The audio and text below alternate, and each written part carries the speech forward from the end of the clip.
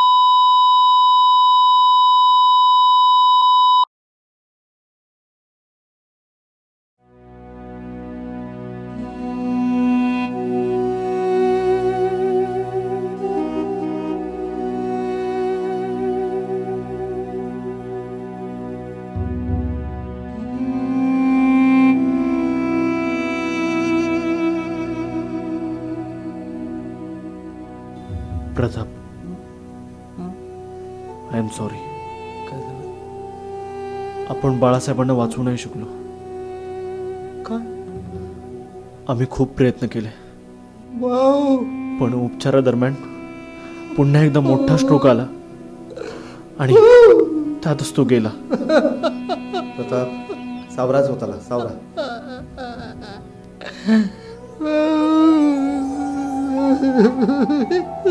Pratap,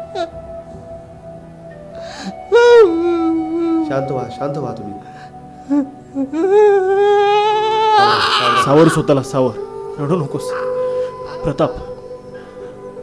I am sorry Pratap, I am sorry.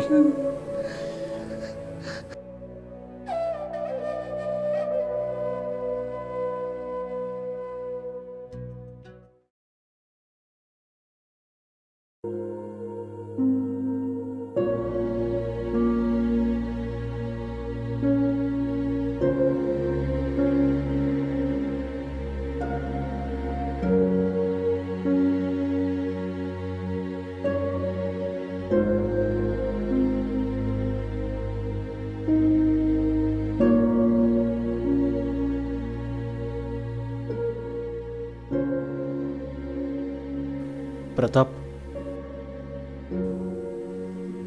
Balasaheb जसा तुझा भाऊ होता, तसा माझा जवळचा मित्रही होता.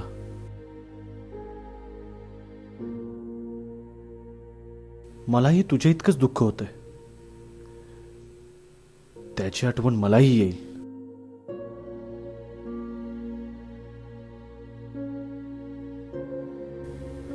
गप्प.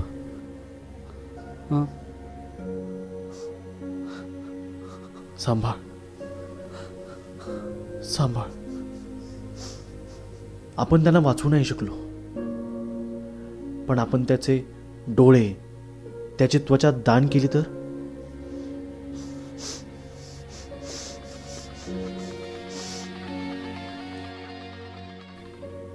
त्यामुळे एखाद्याला दृष्टी मिळेल, एखाद्याचा जीव वाचेल.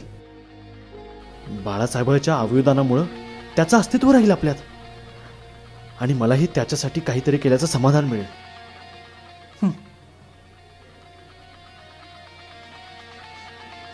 तुझ्या भावाची तुम्ही मित्र आहात म्हणून, आणि इथं डॉक्टर म्हणून मी माझा राग आवरतो.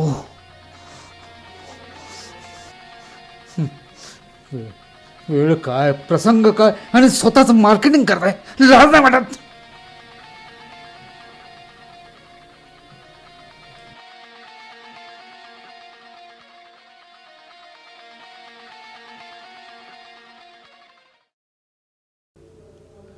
खूप वेळा असे प्रसंग घडतात की आपले गैरसमज आणि अंधश्रद्धा आणि अवयवदानाची माहिती नसल्यामुळं आपल्या अवयवदानाची संधी निघून गेलेली असते.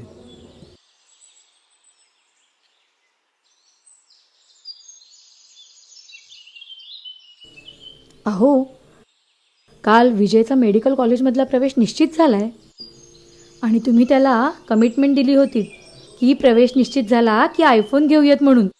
हो हो, माहिती आहे, मला माहिती आहे. आपण आज संध्याकाळी खरेदीला जाऊ, चालेल?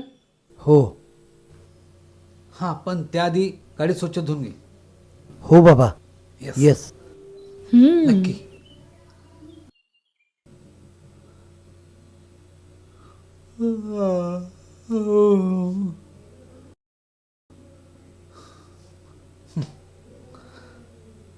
अहो, विजयची गाडी धुवून झाली की मला सांगा, तोपर्यंत मी जरा पडतो.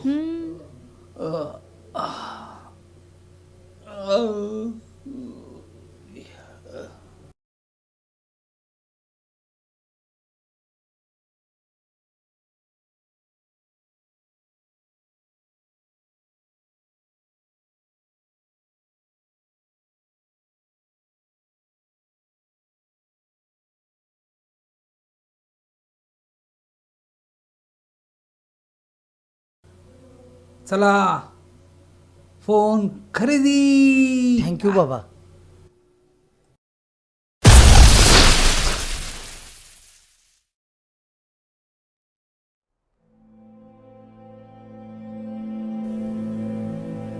प्रताप आणि विजय दोघांचीही परिस्थिती बिकट आहे. शरीराचा खूपसा भाग भाजलाय.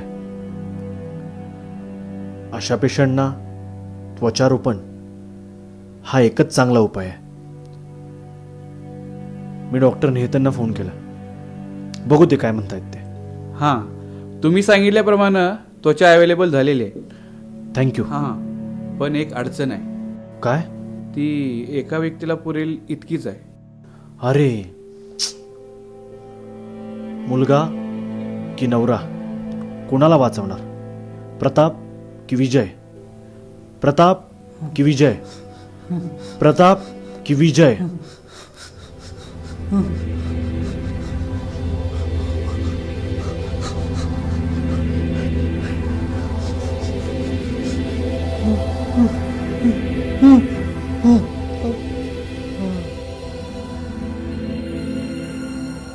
अहो, काय झालं? मला काहीतरी विचित्र स्वप्न पडलं. कसलं? माझं काहीतरी चुकलं असं मला वाटायला लागलं आहे.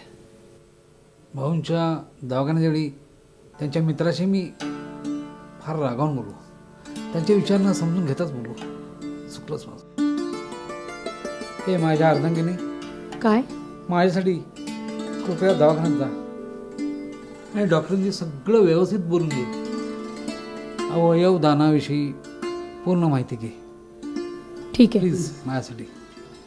हो हो. मगच मी ती सर्व माहिती सर्वसामान्यांपर्यंत पोचवू शकेन. बरं.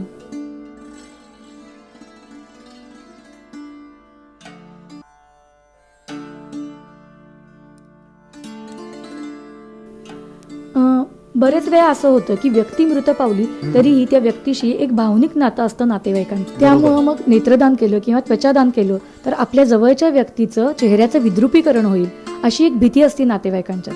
तर त्या संदर्भात काय सांगाल? नाही, चेहरा विद्रूप वगैरे असं काही होत नाही.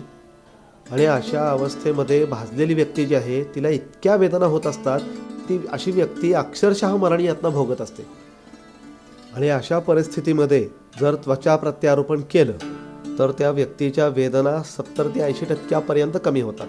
एवढंच नाही तर अशी व्यक्ती जगण्याचे चान्सेस पण वाढतात, अगदी 80 ते 90% आणि काय आहे की आपल्या व्यक्तीचे डोळे ज्यावेळी आपण दुसऱ्या व्यक्तीला देतो तेव्हा ती नेत्रहीन व्यक्ती या डोळ्यांमुळे हे सुंदर जग बघणार ना.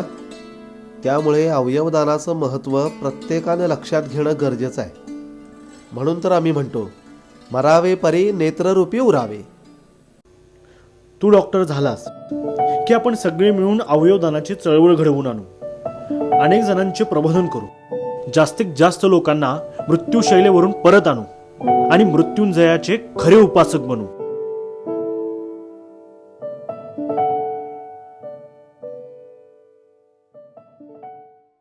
आज आपल्या भारत देशामध्ये अवयवदान न झाल्यामुळे दरवर्षी जवळपास 5 लाख लोक मृत्युमुखी पडत आहेत.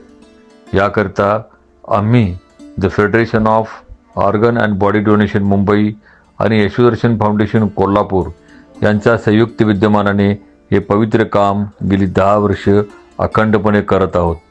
आमची समस्त जनतेला विनंती आहे, या अभियानात सहभागी होऊन अशी आशा करूया की अवयवदानाच्या अभावामुळे आपल्या देशामध्ये